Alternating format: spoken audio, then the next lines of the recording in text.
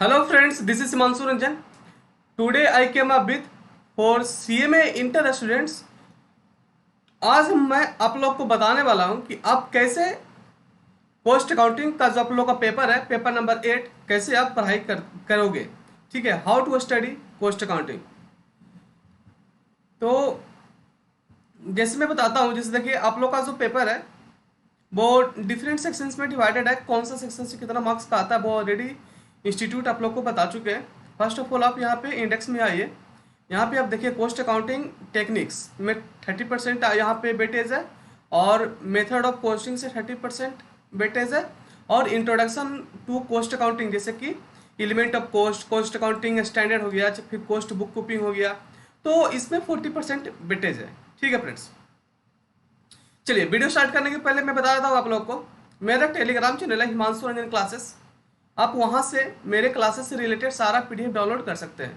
Okay, Himanshu Ranjan classes Telegram channel है, वहाँ से आप वहाँ पे आप जुड़िए। आप लोग का बहुत सारे फ्रेंड्स वहाँ पे ऑलरेडी जुड़े हुए हैं, तो आप वहाँ अपना जुड़ने से आप लोग ये भी हो सकता है कि आप वहाँ पर अपना जो भी कुछ आपको सम नहीं आ रहा है, चाहे किसी को कोई और प्रॉब्लम है, तो वहाँ पे आप अगर क्वेश्चन पूछते हैं तो कोई ना कोई आपका रिप्लाई ज़रूर देगा। ठीक है, तो टेलीग्राम पे जुड़ने का यही फ़ायदा होता है। ठीक है फ्रेंड्स, चलिए आज तो हम लोग डिस्कस करने वाले हैं कि आप लोग को मैं बताने वाला हूँ आज कि आप कैसे कोस्टिंग को पढ़े कि आप अच्छा स्कोर कर पाओगे। ठीक है, इस देखो पोस्ट अकाउंटिंग टेक्निक 30% है, तो इसमें तो आप लोग का मार्जिनल स्टैंडर्ड बजट आ जाता है इस सेक्शन में, और मेथड ऑफ कोस्टिंग में आप लोग का इस पोर्शन में आ जाता है। जैसे कि प्रोसेस कोस्टिंग हो गया, जॉब कोस्टिंग हो गया, कॉन्ट्रैक्ट कोस्टिंग हो गया, और ये सब इंट्रोडक्शन कोस्ट अकाउंटिंग में कोस्ट अकाउंटिंग स्टैंडर्ड हो गया, चाहे फिर एलिमेंट ऑफ कोस्ट थोड़ा बहुत थ्योरेटिकल पोर्शन हो गया। Then all this things are included here. Okay, चलिए आगे बढ़ते हैं। पूरा यहाँ पे हम लोग देखते हैं, यहाँ पे आइए। जैसा कि मैं बता चुका हूँ, यहाँ ऊपर में इंडेक्स में दिया हुआ है कि 30% पोर्शन है। तो first of all I will start with the last का जो सेक्शन है, उसमें हम लोग स्टार्ट करते हैं। देखिए ये जो पोर्शन है वो 30% है, 30% मैटर करता है ये वाला पेपर में। ओके,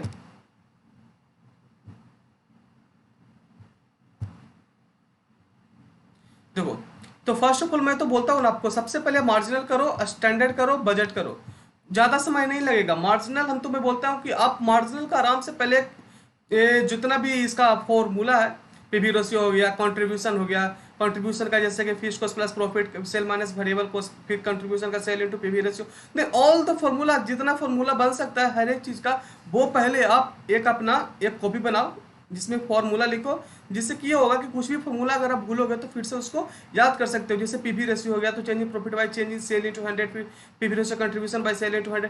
देन जितना फॉर्मूला होता है टोटल को आप एक जगह पर लिखो और उसको अच्छा से याद कर लो, रिटेन कर लो।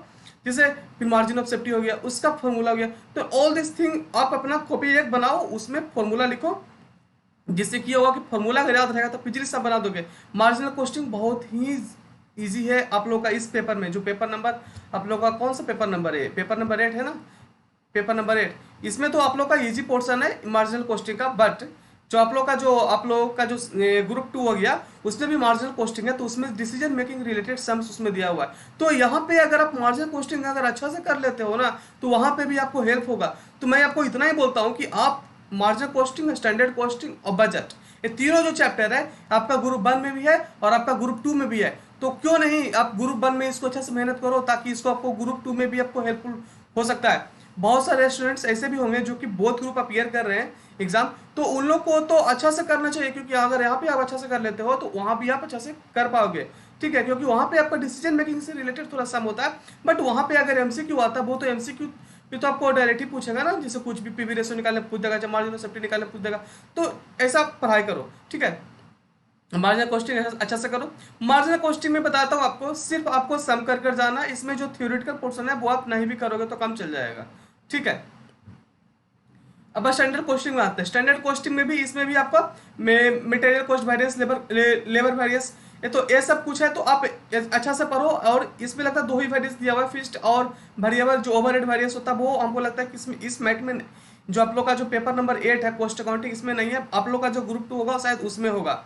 ठीक है, तो और आप वहाँ पे ध्यान रखिएगा। अगर आप पढ़ भी लेते हो तो क्या प्रॉब्लम है, आपको तो ग्रुप 1 पढ़ो चाहे ग्रुप 2 पढ़ो, आप तो आपका तो इंटरमीडिएट का सिलेबस में है ना, तो अच्छा से ये सब कर लो, फॉर्मूला लिख करके आराम से सम बनाओ। ऐसे ही बजट को अच्छा से है ना। आपको ये तीनों जो पोर्शन है वो आपको ग्रुप 1 में भी है, ग्रुप 2 में है, इसलिए मैं बोला आपको सबसे पहले इसको कवर अप करो। और ये चैप्टर बहुत ही ज़्यादा इंपॉर्टेंट है, इंस्टीट्यूट हमेशा इससे क्वेश्चन पूछते हैं, ठीक है। तो ये जो तीनों चैप्टर मैं बताया यहाँ पे मैं बताता हूँ आपको, आपको यहाँ पे अच्छा से सिर्फ प्रैक्टिकल्स जो सम्स है उसको सॉल्व करना है। यहाँ पे जो जितना भी चैप्टर है इसमें आपको थ्योरी में दिमाग खराब नहीं करना, जो भी थ्योरेटिकल पोर्शन है वो आप छोड़ भी हो सकते हो, ठीक है। और मैं बताऊंगा कौन कौन सा ऐसा पोर्शन जिसमें आपको थ्योरी पढ़कर जाना है, ठीक है। चलिए आते हैं फिर method of posting. Method of posting भी आपको 30% का पोर्शन यहाँ पे भी था। तो यहाँ पे आपको इंपॉर्टेंट क्या है मैं बताता हूँ। जैसे देखो जॉब पोस्टिंग है, बच्चा वाला चैप्टर है, छोटा सा ऐसे ही है। अब बैच कोस्टिंग, जैसे मटेरियल अगर पढ़ लोगे तो बैच कोस्टिंग का फॉर्मूला है, सेम टू सेम वैसा ही होता है। तो ये तो हो गया, ये तो दोनों को तो आप इजी है, ऐसे कुछ भी आप पढ़ो या नहीं पढ़ो बात बराबर है। अगर थोड़ा देख भी लोगे फिर भी आराम से आप अगर एग्जाम में क्वेश्चन आएगा तो आप बना सकते हो, ठीक है। यहाँ पे चैप्टर आप लोग का ये 3 गो है, कॉन्ट्रैक्ट, प्रोसेस और operating system, operating costing. Operating costing ये 3 जो यहाँ पे आप लोग का चैप्टर है इसमें इंपॉर्टेंट है। तो सोचो 3 चैप्टर हियर आल्सो और इट कंसिस्ट ऑफ 30 मार्क्स। तो यहाँ पे आपको सबसे ज्यादा इंपॉर्टेंट है कॉन्ट्रैक्ट कॉस्टिंग।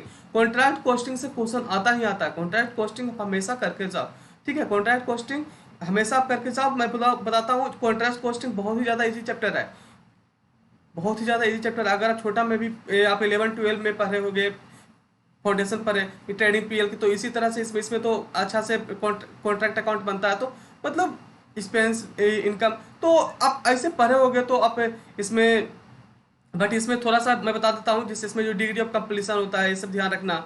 और एक्सक्लूजन क्लॉज थोड़ा सा जो एमसीक्यू इसमें से बनता है कि एक्सक्लूजन क्लॉज क्या होता है, आपसे पूछ देगा डिग्री ऑफ कंप्लीशन बताओ, चाहे आपसे ये भी पूछ देगा, एक सम दिया छोटा सा एमसीक्यू दिया रहेगा, पूछ देगा आपको बताओ एस्टिमेटेड प्रॉफिट कितना होगा। Then all this things MCQ are also asked in this chapter, ठीक है। एमसीक्यू भी इस चैप्टर से आराम से आता है। और एमसीक्यू तो भर भर के मार्जिनल कॉस्टिंग से आएगा आप लोग का, ठीक है। मार्जिनल कॉस्टिंग से एमसीक्यू भर भर के पूछता है इंस्टीट्यूट, ठीक है। चलिए अब प्रोसेस कॉस्टिंग में आइए। प्रोसेस कॉस्टिंग में आप आराम से सम कर लीजिएगा, ऑपरेटिंग कॉस्टिंग में भी आराम से आप सम कर लीजिएगा। ऑपरेटिंग कॉस्टिंग भी बहुत ही ज्यादा इजी चैप्टर है, ठीक है। चलिए आगे बढ़ते हैं। अभी तक मैंने आप लोग को बताया नहीं कि कौन सा चैप्टर से थ्योरी पढ़ना है, क्योंकि इंस्टीट्यूट थ्योरी पूछते हैं, तो मैं अभी आपको बताऊंगा थ्योरी कहाँ से पढ़ना है। चलिए देखिए, आप लोग को थ्योरी पढ़ना है यहाँ से। अब देखो वहां पे उतना हो गया, उसके बाद आप यहाँ पे आओ, इस पोर्शन में आओ, स्टडी नोट 2 में आओ। इसमें आप लोग का जो मटेरियल का जो चैप्टर है, मटेरियल चैप्टर का जो थ्योरेटिकल पोर्शन है ना, वो बहुत ही ज़्यादा इंपॉर्टेंट है। मटेरियल का हो गया, चाहे लेबर का हो गया, चाहे फिर ओवरहेड का उतना इंपॉर्टेंट नहीं है, बट मटेरियल का और लेबर का जो थ्योरेटिकल पोर्शन है बहुत ही ज़्यादा इंपॉर्टेंट है, ठीक है। थ्योरी आपको CA6 और CA7 का भी करके जाना, सम तो करके जाना ही है, इसके साथ साथ आपको थ्योरी भी करके जाना। जैसे देखो मटेरियल का सम कितना EOQ निकालने बोल देगा, बोल सकता है आपको reorder level, reorder level, reorder quantity हो गया, आपको वो निकालने बोल सकता है, minimum level, maximum level, danger level, all this बोला था 5 या 6 इसमें कंसेप्ट है, आराम से करो। और इसका जो थ्योरेटिकल पोर्शन है मटेरियल कॉस्ट का, वो बहुत ही ज़्यादा इंपॉर्टेंट है, आपको अच्छा से करके जानो। जैसे कि इसमें थ्योरेटिकल पोर्शन में क्या क्या मटेरियल कॉस्ट में, जैसे बिन कार्ड क्या होता है, स्टोर लेजर क्या होता है, परपेचुअल इन्वेंट्री क्या होता है, तो ये सब क्वेश्चन आपसे पूछा जा सकता है इस पोर्शन में, ठीक है, मटेरियल कॉस्ट से। और मटेरियल कॉस्ट में आप लोग का जो जितना भी जो ABC एनालिसिस होता है, फिर FSN जैसे कि fast moving, slow moving, non moving, ये सब क्या होता है, तो ये सब भी अगर क्वेश्चन थोड़ा सा ट्रिकी बनाएगा तो ये सब का थ्योरेटिकल पोर्शन आपको दे सकता है, ठीक है। तो आप अच्छा से ये सब कंसेप्ट को करके जाना, ठीक है। चलो आते हैं अब इम्प्लॉय कॉस्ट में। इम्प्लॉय कॉस्ट में जितना भी प्लान से, जैसे कि रोवन प्लान का फॉर्मूला है, जैसे रोवन हो गया, ये फिर हो गया टेलर का मेरिक प्लान हो गया, गैन टैक्स plan, then all the formula, जितना भी फार्मूला से रिलेटेड बनता है, तो आप पूरा अच्छा से फार्मूला याद कर लेना। मैं तो बोला हूँ कि जितना भी फार्मूला है अच्छा से कॉपी में लिख लो, और उसको जो 4 या 5 दिन रेगुलर रखोगे तो आपको इजीली याद हो जाएगा। तो उसके बाद फिर इसका जो इम्प्लॉय कॉस्ट, मतलब जो लेबर का जो चैप्टर है आप लोग का, उसमें भी जो थ्योरेटिकल पोर्शन है वो भी आपको अच्छा से करके जाना है। जैसे कि लेबर टर्नओवर से रिलेटेड थ्योरी आपसे पूछ सकता है कि लेबर टर्नओवर का बताओ, कैसे होता है लेबर टर्नओवर, क्यों होता है, तो उसमें आपका वो पूछ सकता है क्वेश्चन। फिर आपसे टाइम कीपिंग, टाइम बुकिंग पूछ सकता है, क्या होता है टाइम कीपिंग, टाइम बुकिंग क्या होता है। Then all this theory are asked in your paper, ठीक है। तो ऐसा बहुत ही ज़्यादा इंपॉर्टेंट है। तो मैंने बताया आपको थ्योरेटिकल थ्योरी के साथ साथ प्रैक्टिकल करना है मटेरियल में और एम्प्लॉय कॉस्ट में, ठीक है, यहाँ पे थ्योरी प्लस प्रैक्टिकल करना है। अब C S T and direct expenses, इसमें तो बस 2-4 सम दिया है स्टडीमेट में, आप आराम से करके जाना, आराम से हो जाएगा। ओवरहेड में सब सिर्फ आपको सम करके जाना है, ठीक है। Primary distribution, secondary distribution. चलो, ये बहुत सारे स्टूडेंट्स मेरे को बोल रहे थे कि आप प्लीज़ बताओ कि कैसे पढ़ें, तो इसलिए मैं सोचा कि चलो आपके साथ थोड़ा सा मैं अपना एक्सपीरियंस शेयर करता हूँ कि आप कैसे अच्छा से पढ़ो और कौन सा पोर्शन को पहले स्टार्ट करो, ताकि आप इजीली अच्छा आप मार्क्स स्कोर कर पाओगे। ठीक है, चलो देखो, इसको कवर अप कर दोगे, उसके बाद देखो यहाँ पे आना, एक ये जो यहाँ पे जो कॉस्ट अकाउंटिंग स्टैंडर्ड है ना, बहुत ही ज़्यादा इंपॉर्टेंट है, बहुत ही ज़्यादा इंपॉर्टेंट है। मैं तो आपको बोलता हूँ ना कि जितना भी जो कॉस्ट अकाउंटिंग स्टैंडर्ड है, CS1 से लेकर के CS24 तक आपको याद होना एकदम जरूरी है। जैसे CS1 classification of cost, CS2 capacity determination, then all the जितना भी जो CS है ना कॉस्ट अकाउंटिंग स्टैंडर्ड, आपको याद होना बहुत ही ज़्यादा जरूरी है। मैं तो बोलता हूँ कि आप कॉस्ट अकाउंटिंग स्टैंडर्ड जितना भी सिर्फ नाम याद कर लो, जैसे CS1 क्या होता है, classification of cost, CS2 capacity determination, तो आपको सिर्फ नाम भी याद हो जाएगा ना, तो फिर भी आप इजीली टिक मार सकते हो, क्योंकि MCQ आता है, जो कॉस्ट अकाउंटिंग स्टैंडर्ड है इससे MCQ आता है, तो आप आराम से MCQ को टिक कर सकते हो। ठीक है, और आता है इसके बाद, ये याद कर लेना, ये MCQ के लिए बहुत ही ज़्यादा इंपॉर्टेंट पोर्सन है। और जब आप कॉस्ट बुक कीपिंग, यहाँ से देखो क्या क्या आपको करना है, अच्छा से करना है। यहाँ पे देखो नॉन इंटीग्रेटेड अकाउंटिंग और इंटीग्रल अकाउंटिंग और reconciliation of cost accounting record with financial account, ये सब आपको अच्छा से एक बार देख लेना है, कर लेना है। ओके, चलिए आगे बढ़ते हैं फर्स्ट। उसके बाद आप आइए लास्ट पोर्शन में, ऐसा भी कवरेज हो जाएगा, उसके बाद पूरा हो गया। अब यहाँ पे आइए लास्ट में आप आइएगा ऊपर, जो कि आपका स्टडी नोट 1 है, इसमें आइए इंट्रोडक्शन टू कॉस्ट अकाउंटिंग, ये प्योर थ्योरेटिकल पोर्शन है, तो इसलिए मैं बोला कि आप अच्छा से पूरा ऊपर कर लेना, उसके बाद यहाँ पे आना। यहाँ पे क्या है कि थ्योरेटिकल पोर्शन है पूरा, और अगर आप याद कर पाते हो तो अच्छी बात है, अच्छा से करके जाना, क्योंकि ये अभी एग्जामिनेशन हो सकता है ऑनलाइन हो, तो ऑनलाइन में क्या है ना कि जो आपका जो थ्योरेटिकल पोर्शन है, कोई कोई पेपर ऐसा है कि थ्योरी कंपलसरी में आ रहा है, नहीं तो फिर ऑप्शन में थ्योरी आ रहा है, तो थ्योरी का अच्छा खासा मतलब रोल प्ले कर रहा है आपका पेपर में। तो अगर आपका थ्योरी अगर अच्छा है ना, तो सपोज डेट आपका जो सम से रिलेटेड है और सम्स है, और ऑप्शन में आपका थ्योरी अगर दिया हुआ है, तो अगर आपसे सम नहीं बनना तो थ्योरी आराम से आप अटेम्प्ट कर सकते हो। तो जैसे कि यहाँ पे जो थ्योरेटिकल पोर्शन है जितना भी अच्छा से आप कर लेना, जैसे कि यहाँ पे रिलेशनशिप पे है, relationship with financial accounting, cost accounting, ये अच्छा से कर लेना। जैसे कि एलिमेंट ऑफ कॉस्ट क्या होता है, जैसे मटेरियल, लेबर, ओवरहेड, जैसे जैसे कि जो क्लासिफिकेशन है ना कॉस्टिंग का, on the basis of element of cost से क्या क्या classification, on the basis of behaviour से क्या क्या क्लासिफिकेशन है।